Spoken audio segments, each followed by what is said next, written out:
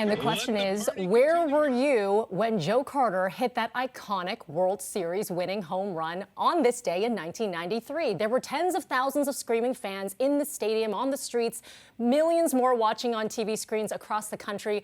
Our next guest was at the game, and his story about what happened as Carter rounded those bases, it should be part of Toronto sports folklore. His name is Richard Garner, and he joins me now. Hello. Yeah, hi, Mel. It doesn't feel like 32 years ago, but I can say that we definitely didn't pay $10,000 a ticket to be there that day. A little bit different, definitely a little bit different. First up, Richard, welcome to you. We do have some video of you, and this is interesting. Can you describe what happened when that home run made its way out of the field and you were in the stands? What happened? So it is a bit of a blur because if you actually see what you guys just showed, once the home run goes over, there's two guys that jump on right away. So it wasn't a conscious decision. And they're honestly, Mel, I'll say that's like one of 5 times in my life I remember wearing khaki pants.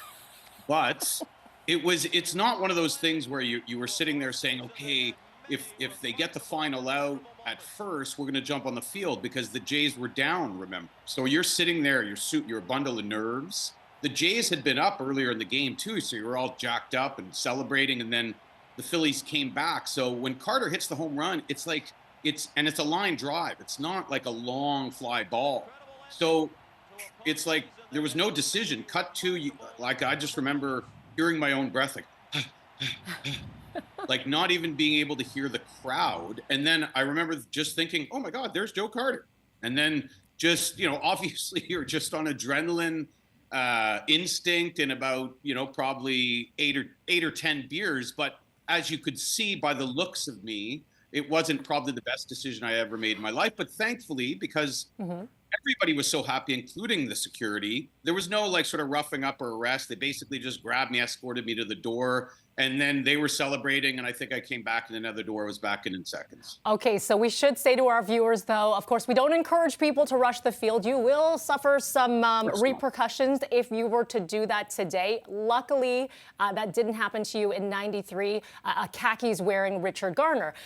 But let's talk a little bit about the feel for it. Again, this was for the back-to-back championship. It's when we think back to 32 years ago, you said you cannot believe it was 32 years. I'm assuming you've been following the Jays for forever leading up to that moment, and you still are.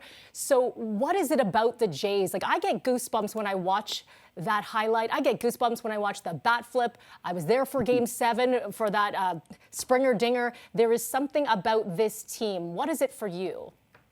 Well, I mean, I grew up, in Elmer, Quebec, near Ottawa. So I grew up initially as an Expos fan, right? But then when the Jays came in '77, it allowed us as Canadians to be able to have a National League team and an American League team. And then unfortunately, by '94, the Expos were no longer in Montreal, and the Jays really became Canada's team. And, obviously, if you ask Mariners fans who came in at the same time 50 years ago in '77, they never even got to a World Series. Meanwhile, this Jays team, '85, they went to the ALCS. They had great teams in the '80s with George Bell and Lloyd Mosby and Jesse Barfield and Dave Steve.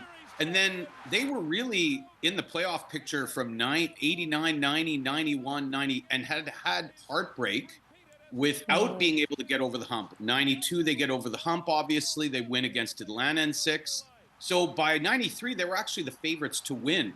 So it was something different from what we're seeing with today's team, but it was still equally satisfying because it really felt like it was, the entire country of Canada, not first the US type of thing, but it really felt like an underdog story, even though they were this loaded team. And it obviously captures the imagination of the entire country. Truly does. All right, Richard, as we let you go here, any predictions for what's happening in this matchup?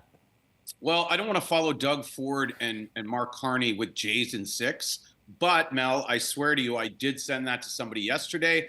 And I really do feel that, unlike what a lot of people think, yes, the Dodgers are a juggernaut. But the reason those pitchers are as good as they are is because they're in the zone all the time. Well, what do the Jays do? They hit strikes. So I really do think the Jays bring it back to Toronto, win in 6 or 7. All right, Richard Garner, appreciate you joining us today. I want them to win it at home, too. Appreciate it. Thank you. Thanks.